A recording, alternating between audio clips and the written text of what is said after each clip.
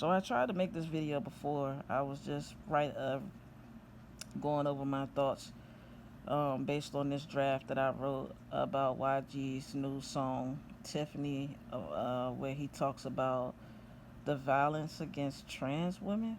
I guess that's what it is. So if you haven't seen or haven't heard YG's record, it literally speaks about how he's partying with a trans woman that he doesn't know is trans apparently, and they go back to his home because he wants to have sex with her, and before they completely undress, she reveals that she's trans, right? And then he beats her up, and she's pleading for her life, like, I knew you would react like this, and that's why I didn't want to tell you, and all this stuff like that, right?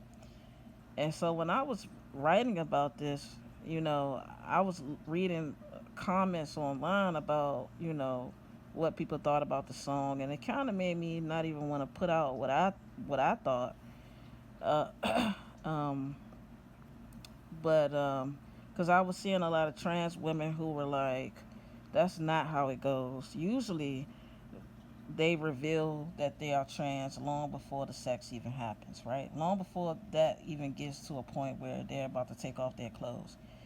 And I was looking at these comments where it was like, why do people believe that YG, a rapper like YG, would ever make a song based, from that perspective? Because a lot of heterosexual people um, just can't. I don't feel like they have the bravery to really speak from that type of truth about speaking speaking from that a so-called heterosexual man, or a heterosexual man could actually be attracted to a trans woman and actually have sex with a trans woman, and then after the sex goes down, they regret it. They feel some type of way about themselves, and because they can't really understand how they feel about it, they just start to act out.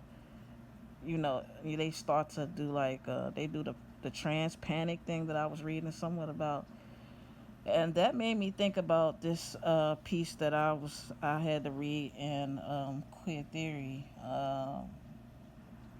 and it's Barbara Smith, who's a black feminist, and she's a lesbian black feminist, and she was speaking about the book SULA uh, from Toni Morrison, and she was asking why wasn't Toni Morrison able to see Nell and Sula um, as lovers?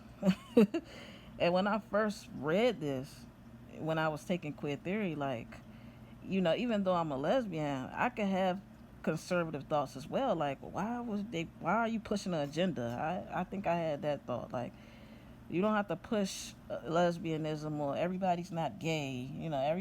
Everybody's not gay. Everybody doesn't want to have a gay relationship. But then as I think back, it's like, okay, as I'm writing this piece about YG's Tiffany, I'm like, we've all gotten that story about trans women being manipulative and not telling their tea or whatever like that. We've all gotten that story before.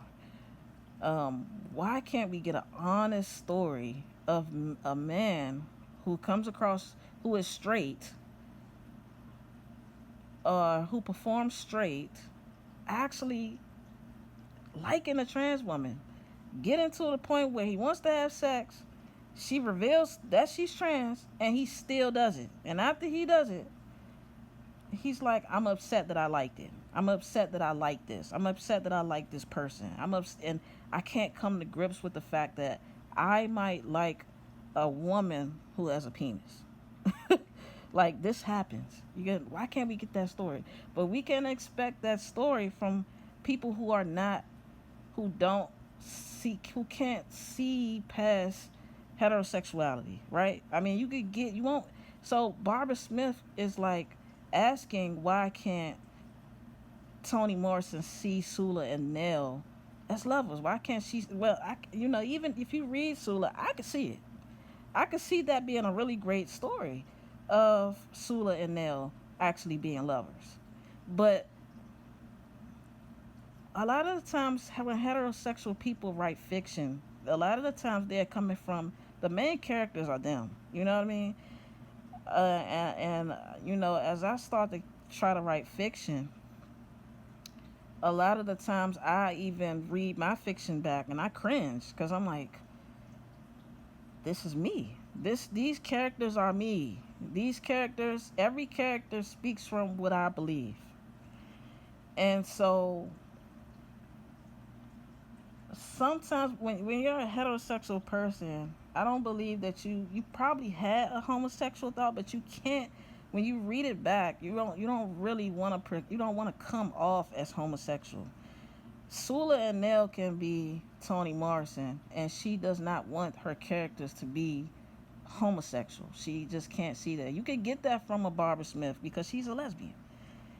You could get that from an Alice Walker with the color purple because she's bisexual.